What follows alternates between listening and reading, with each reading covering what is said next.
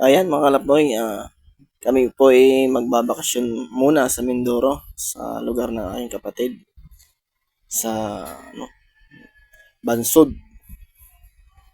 Nais, nais ko munang mag-relax. Talagang puro trabaho na lang ako.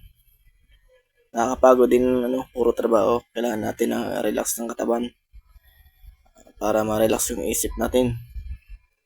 Bale, pupunta kami doon at gawa ng birthday ng aking pamangkin, panganay. Magdidibo, 18 years. Ako na lang ho hindi nakakapunta doon. Ano, sa tinagal-tagal na, ako na lang ang kapatid. Ayun nga makalapay, ang aming sinakyan barko na Montenegro. Ayos makalapay, malaki ang barko ito. Ngayon, shoutout sa mga nakasakay na dito. Maganda rin naman, maraming laman, pati mga kotse, truck. Pero meron mas matulin pa dito yung sinusundan namin.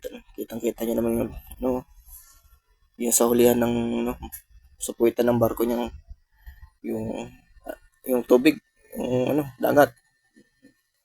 Yan bali mga kalatnoy, yan nga po pala ang revolto ng kung tawagin ni Monte Maria. Yan.